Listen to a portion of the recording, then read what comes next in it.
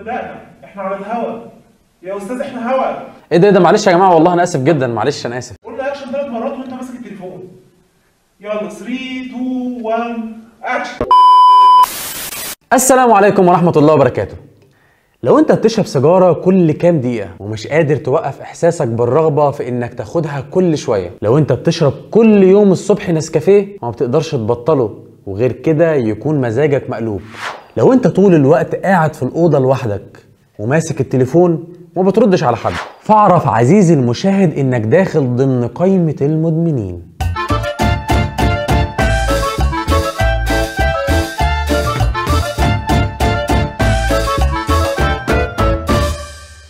الإدمان مش حكر على المخدرات وبس، الإدمان ممكن يكون في كل حاجة في حياتنا. حبك الزيادة لأي حاجة وعدم قدرتك إنك تستغنى عن الحاجة دي أبدا، ده بيتسمى إدمان. إنك تقريف وتتضايق وتتعصب على أي حد لمجرد إنك ما عملتش الحاجة دي اللي بتعملها كل يوم في نفس الوقت، ده إدمان. وتكون مش قادر تعمل أي حاجة ودماغك واقفة عن التفكير، كل ده من أعراض الإدمان لحاجات كتير غير المخدرات، زي الموبايل، الأكل، السجاير، أي حاجة ممكن تتخيلها. التعلق الزيادة وعدم موازنة الأمور بيوصلك من غير ما تحس إنك تكون مدمن. عالم الأعصاب الشهير مارك لويس في كتاب بيولوجيا الرغبة بيقول إن الإدمان هو أشبه بمهارة بنتعلمها، وإن الموضوع بيحتاج وقت كتير عشان تفقد اللي أنت اتعلمته وتتعلم حاجة جديدة، ومهما طال الوقت بتتعلم وتتعود على الحاجة دي، لأن دماغ الإنسان في الأصل طبيعتها مرنة، فتقدر تخليك تسيب عادة وتتعود على عادة جديدة. ومارك بيعرف الإدمان على إنه حالة نفسية وسلوكية بتأثر في الإنسان وبتخليه يعمل حاجة معينة عشان يحقق الراحة النفسية، ومع الوقت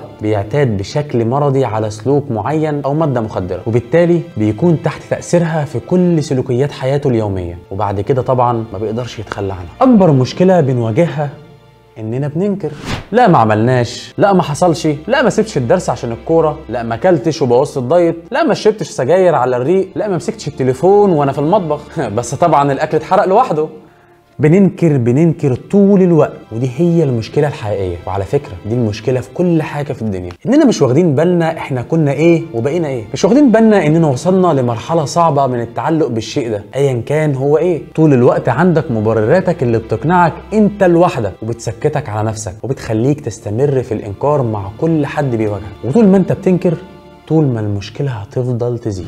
اسمع للي حواليك، وبالأخص لو كانت ناس بتخاف عليك وتحبك، لأنهم أول ناس بياخدوا بالهم. وانت كمان راقب تصرفاتك، بتسيب الناس وتقعد لوحدك بالساعات على التليفون، ما بتنامش عشان تفضل قاعد على التليفون. بدل ما كنت بتشرب سيجارة بقيت بتشرب 15 سيجارة في اليوم، بقيت بتاكل كتير حتى لو مش جعان.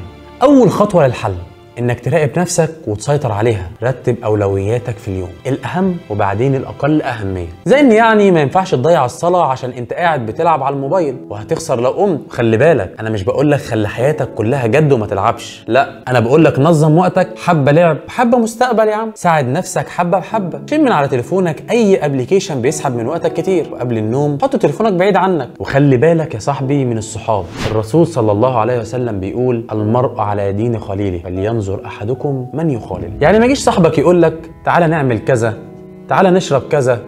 اختار صحابك كويس عشان يا بيعينوك على الخير وانك تكون احسن، يا بتروح في حتة تانية عمرك ما كنت تتخيل. اشغل وقتك بحاجة مفيدة، كل وقت هتضيعه دلوقتي هتندم انه ضاع قدام. اشتغل على هواياتك ونميها عشان هتنفعك في يوم من الايام. ما تسيبش الوقت يضيع منك، استفيد بوقت شبابك صح عشان هتحصد كل ده قدام يا صاحبي.